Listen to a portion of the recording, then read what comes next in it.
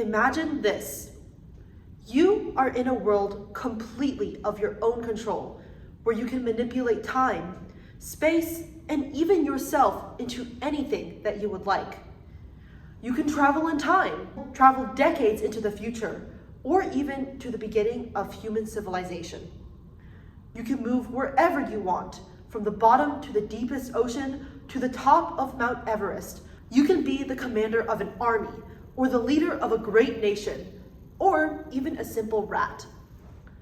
In short, you can do anything that you like. This sounds fantastical, right? Well, not exactly. While this isn't possible in the normal world, once you go to bed, you can enter a state of dreaming known as lucid dreaming, where you are aware that you are in a dream and can even sometimes control what happens. Because of the amazing potential of lucid dreaming and even the meditative purposes, it has been studied by the ancient Greeks, the Tibetan Buddhists, and even recent scientists such as Lamarca and LaBerge. Lucid dreaming occurs mainly in REM, or rapid eye movement sleep, and it has been shown that about half of people have experienced a lucid dream, with 20% of people experiencing them regularly, at least once a month. People use it for a variety of purposes, whether it be to simulate ideal scenarios or to practice skills such as art, music, or talking to people. And if there was a way to simulate it with almost guaranteed results, that would be amazing, right? Well, it turns out the concept of lucid dreaming hasn't been studied much, and even less is known about why it occurs, what parts of the brain are stimulated, and how to control it. Most online videos or guides use techniques which require only to practice certain habits, but recently there have been studies involving drugs and even the use of electrodes to stimulate the brain. And this begs an important question. How far exactly can you hack your dreams? There are a few main techniques to induce lucid dreaming: personal reflection, drugs, and targeted brain stimulation. The first, personal reflection techniques, are common all over the internet and are the most common for everyday people who just want to try out lucid dreaming, incorporating common mindfulness techniques such as meditation with things specific to lucid dreaming, such as dream journaling. One of the first reliable techniques for lucid dreaming was the mnemonic induction of lucid dreams, or MILD for short. It was introduced by a researcher named Stephen LaBerge, an important figure in the lucid dreaming community, who founded both the Lucidity Institute and produced several books on the topic. MILD as a whole is all about the intention. The most important part is your resolve, or your own belief that you are going to lucid dream. It involves several steps, such as recalling your dreams, repeating to yourself that you will lucid dream, and envisioning a moment in your dream where you will suddenly realize that you are lucid. This allows you to transition from just a normal dream into suddenly realizing that you are dreaming, allowing you to take control from there on out to do whatever you would like.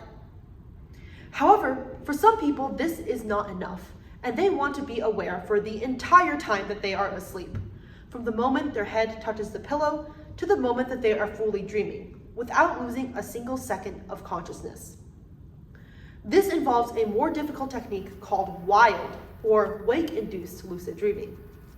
The most common strategy for inducing lucid dreaming whilst remaining conscious is to focus on simple imagery, such as balls of light, sparks, and geometric patterns, and to do this until faces and objects begin to form, eventually letting yourself being passively drawn into the dream world while still fully aware. Personal reflection is often accompanied by sensory techniques. LaBerge, for example, introduced the concept of using light signals, and today, apps use specialized alarms or audio cues. One study done by Conkley and her colleagues primed participants to associate certain sounds with lucid dreaming, and then played them during their sleep. Many papers have studied these sensory techniques and have found that there have been little to no significant increase in the propensity of lucid dreaming. In fact, the overall category of personal reflection techniques comes with a few issues. One of them being is that they're extremely hard to test and often based on subjective personal experience. Many people will skip some steps in mild or wild lucid dreaming and therefore cannot reliably simulate lucid dreams. Also, these techniques are not the most reliable to begin with even experienced lucid dreamers who have been using these techniques for years only achieving this 2 to 3 times a week at most. One alternative method involves using what scientists do know about the brain, and specifically its neurotransmitters. One such neurotransmitter called acetylcholine, which controls motor neurons, and other neurotransmitters with similar function are linked to activity in the brain during lucid dreaming. This has given rise to the use of acetylcholinesterase inhibitors, which prevent acetylcholinesterase from breaking down acetylcholine, thus allowing more acetylcholine to be in the brain and introducing more lucid dreaming. One popular drug is galantamine, sold in stores and even on Amazon. Acetylcholinesterase inhibitors are usually used to treat depression and other mental health disorders, but are on the rise within the lucid dreaming research community and with casual lucid dreamers. Galantamine has also been used in several lucid dream research studies with great success, with even small doses such as 4 milligrams increasing the number of lucid dreamers by 20 to 30%. However, there are several issues with these methods. Many of the reputable studies using these drugs have allowed patients to self-report lucid dreaming rather than measuring their brain activity, which means that the only thing they have to go on is essentially their patient's word. Still, with many people reporting positive results with galantamine, it proves to be an effective tool, albeit one that needs more further study. But that's not all scientists have up their sleeves. In 2014, researcher Ursula Voss and her colleagues found one of the biggest breakthroughs yet: the induction of lucid dreaming using brain stimulation, measured using electroencephalograms, or EEG, a process where a person's mind is hooked up to electrodes to measure activity in different parts of the brain. They found that stimulation in the lower gamma frequency band activated parts of the brain associated with lucid dreaming. This was inspired by their earlier study, which showed that during lucid dreaming, the lower gamma frequency band was especially active.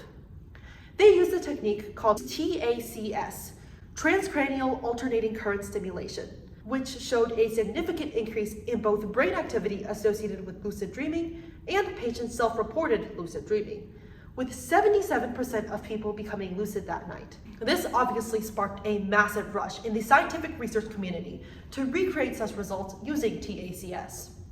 Scientists used a variety of methods to investigate lucid dreaming, such as measuring patients' brainwaves, having patients score themselves on charts or telling anecdotes to the researchers, and even asking people to move their eyes in a specific left-right, left-right, left-right pattern in their sleep once they became lucid. Researchers tried both transcranial alternate current stimulation and transcranial direct current stimulation, but surprisingly found upsetting results. Stumbris, Erlacher, and Schredel, for example, only found an increase within frequent lucid dreamers, whilst researchers in Montreal and Paris not only reported failure in regards to stimulating lucid dreaming, but didn't even find anything special about that particular wavelength. Scientists continued trying, but Voss's theory quickly lost the scientific legs that it stood on.